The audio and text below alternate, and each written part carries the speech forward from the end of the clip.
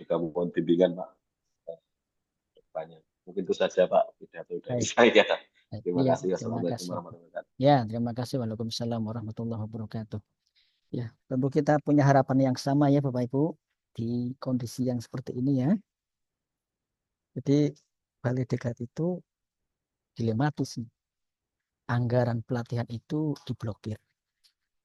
Tapi tetap harus menyelenggarakan pelatihan coba. Jadi akhirnya kita harus punya mindset nih, merubah mindset. Merubah mindset, ada atau tidak ada APBN, pelatihan harus tetap jalan. Ya, pelatihan harus tetap jalan menggunakan moda-moda yang memungkinkan tanpa APBN.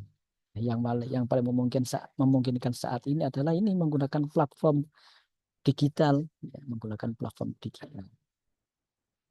Terima kasih Pak Hendi. Harapan kita bersama semoga dengan kondisi seperti ini ya, Bapak Ibu di tempat kerja di samping mengikuti BIMTEK ini tentu ada tuntutan ya kan, tuntutan dari satuan kerja untuk apa?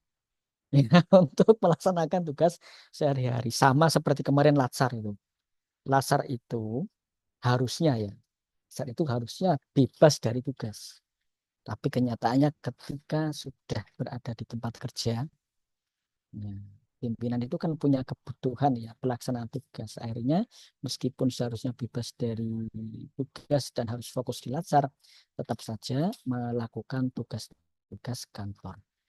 Semoga semuanya lancar dan ada nilai tambah bagi Bapak Ibu mengikuti pelatihan ini. Begitu Pak Hendi ya.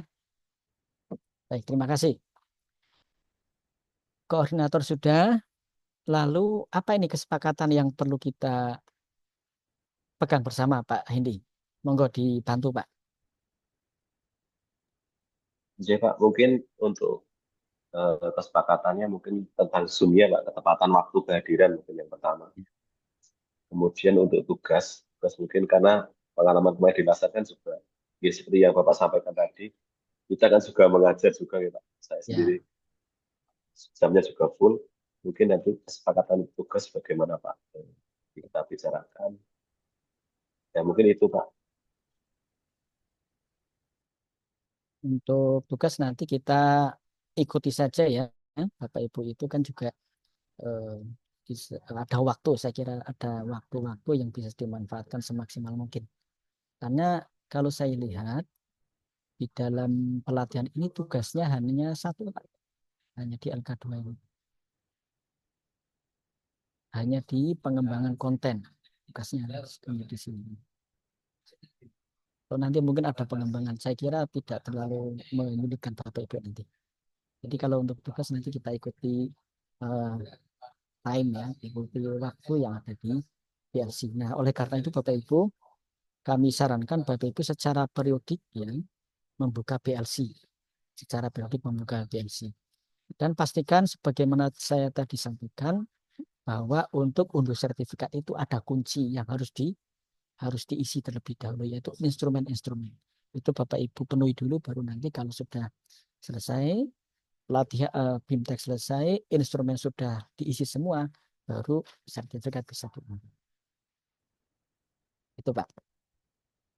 Ya, supaya ini tidak kosong ya terkait dengan PLC, saya ingin menyampaikan bahwa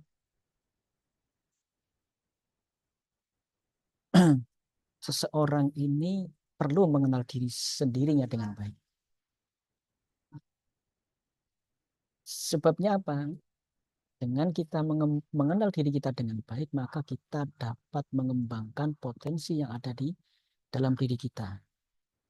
Kita kenal dengan baik potensi-potensi positif yang kita miliki maupun yang negatif, kemudian kita kelola.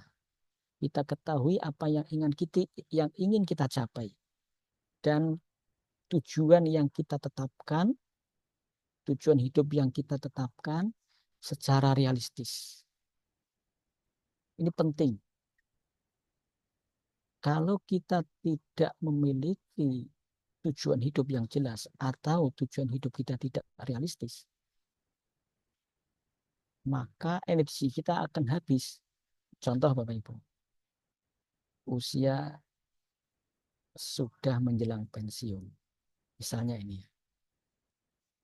taruhlah 2 atau 3 tahun. Kemudian Bapak Ibu saat ini sebagai guru ahli madya. Tapi dalam waktu menjelang pensiun 2 atau 3 tahun, Bapak Ibu punya tujuan ingin menjadi guru ahli utama. Kira-kira realistis apa tidak Bapak Ibu? Atau 2 atau 3 tahun Bapak Ibu ingin menjadi kepala madrasah. Kira-kira realistis apa tidak?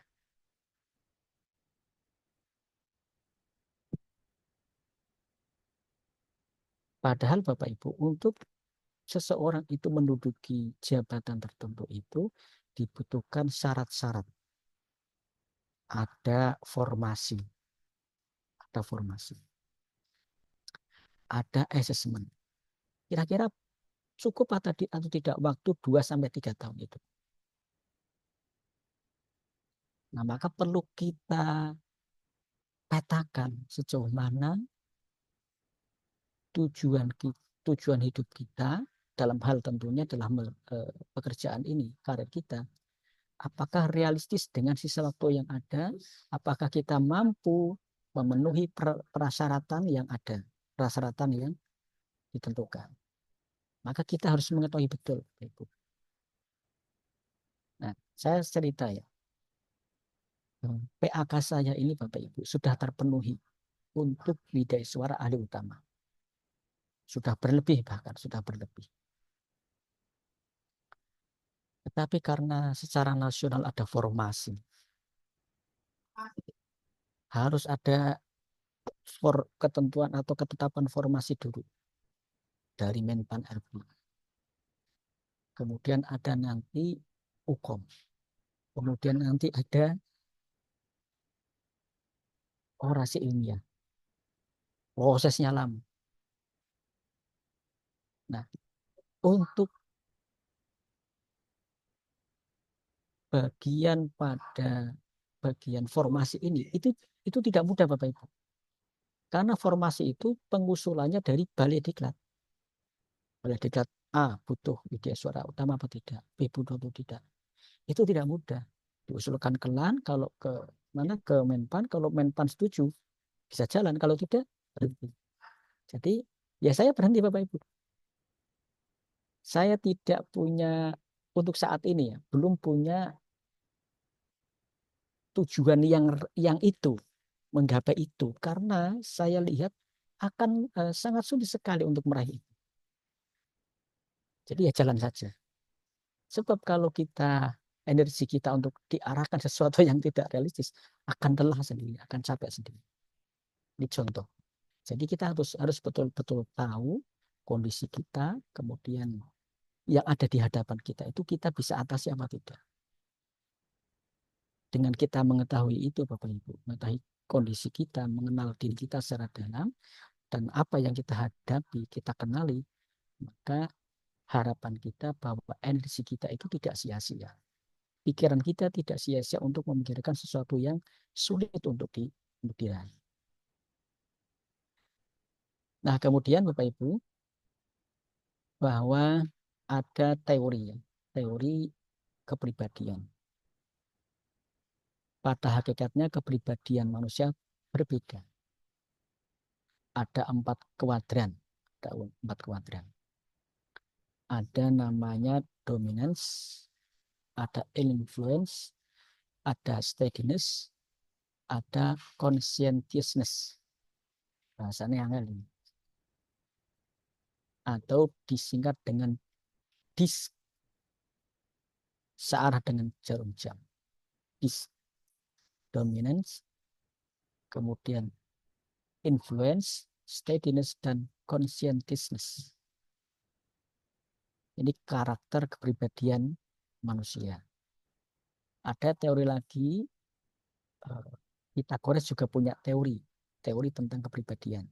Ini dari perspektif yang lain selain dari Pythagoras.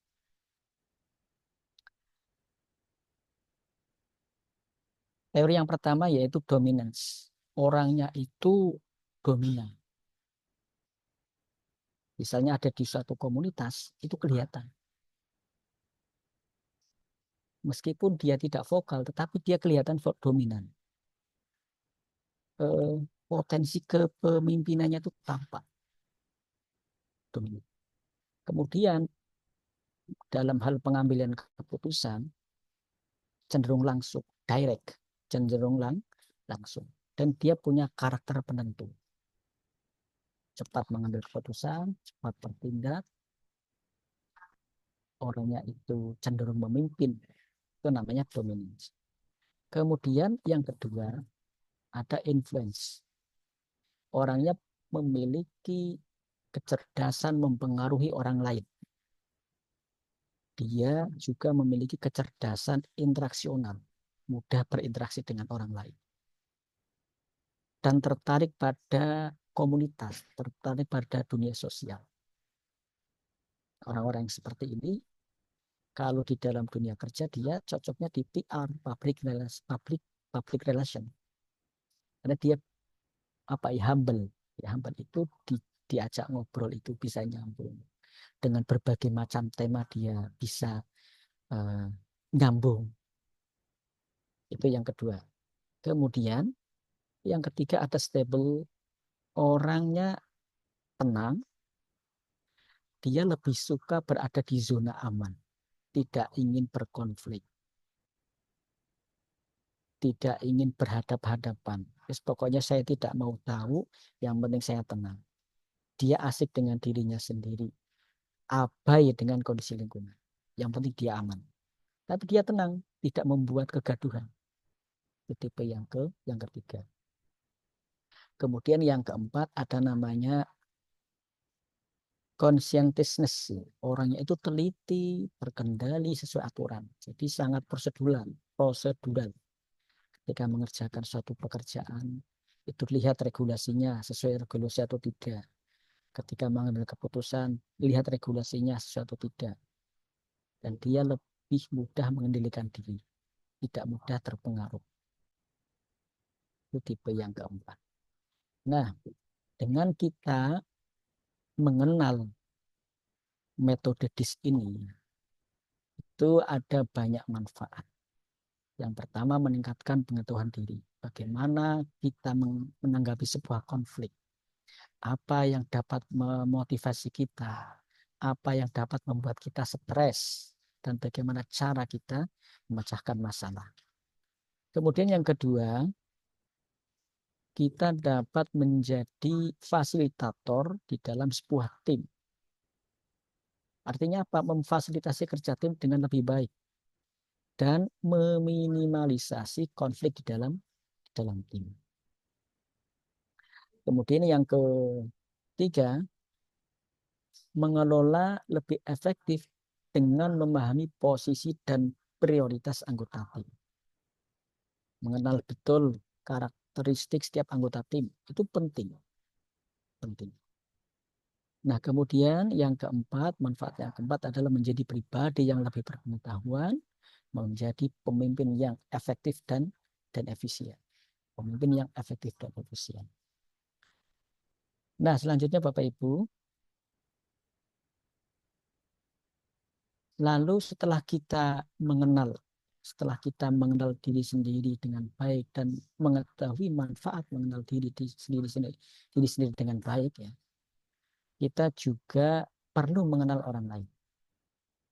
Setelah kita mengenal diri kita dengan baik, dengan segala potensi dan karakternya, kita juga perlu mengenal orang lain.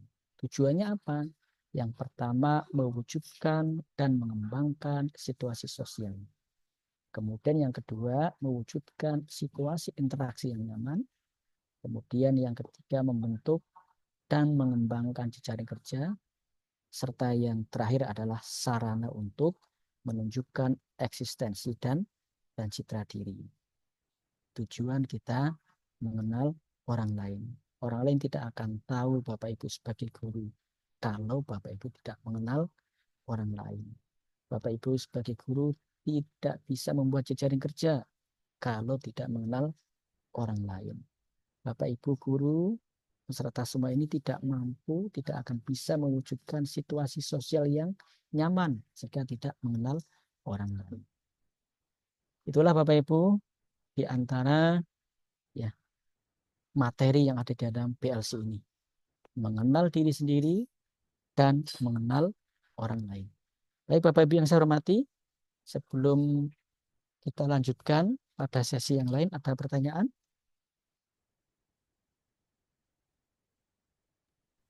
Mohon izin Pak Subhan, Ya, nanti jam 9.30 ya, kita ya. persiapan untuk Oke. pembukaan. Baik, pas ya sekarang ya.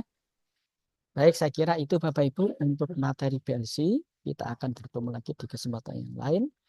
Dan semangat mengikuti BIMTEK ini, semoga bermanfaat. Untuk materi PLC bisa Bapak Ibu unduh di LMS ya. Semua materi ada di dalam LMS PLC BDK Semarang. Terima kasih. Mohon maaf, saya akhiri. Assalamualaikum warahmatullahi wabarakatuh. Waalaikumsalam warahmatullahi wabarakatuh. Terima kasih pada Bapak Ahmad Subhan yang telah memberikan materi untuk building learning commitment. Untuk materi nanti bisa diunduh di PLC ya, terkait dengan jadwal. Ini nanti proses, sementara saya kirimkan di WA, tapi nanti kalau sudah PTE kita upload di PLC. Baik, terima kasih sekali lagi Bapak Subhan. Untuk peserta juga terima kasih ucapkan. Mari kita akhiri dengan bacaan hamdalah bersama. Alhamdulillahirrahmanirrahim. Terima kasih. Assalamualaikum warahmatullahi wabarakatuh. Ya, kepada Pak Subhan barangkali bisa aktivitas kembali. Dan kepada peserta silakan Bapak Ibu untuk bisa meninggalkan ruang Zoom ini. Nanti kita akan ketemu setelah ini langsung menuju ke Zoom untuk pembukaan.